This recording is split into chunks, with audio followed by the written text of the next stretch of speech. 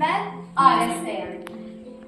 Tibb bacısı, qadın, ana və bu torpağın qızı.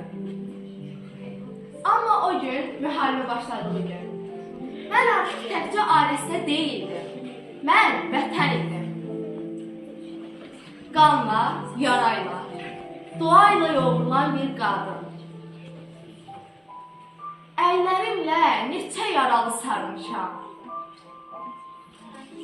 Bacı, su ver. O səs hələ də qulağımdadır. Hər dəfə bint açanda bir ümid, bir həyat sarırdım o parçaya. Bəzən əllərim titrəyirdi, amma ürəyim yox.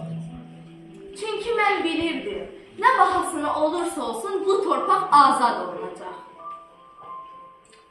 Mən qadın idim, amma qorxmadım ölümün gözünə baxmaqdan. Qorxmadım, çünki vətən məndən cəsarət gözləyirdi. Son dəfə yıxılanda əllərimdə hələ də bir yaralının qanı vardı. Hələ də ona döz deyə pıçıldayırdım. Amma bu dəfə dözən oldu, gedən də mən. Mən yerə yıxıldım, amma bayraq ucaldı. İndi anam hər səhər şəklimə baxıb, qızım qayıt deyir. Amma ana, mən qayıtmışam. Hər lalənin rəngində, hər azan səsində, hər azan dağın zirvəsində mən varam. Mən Ailəsiyəm.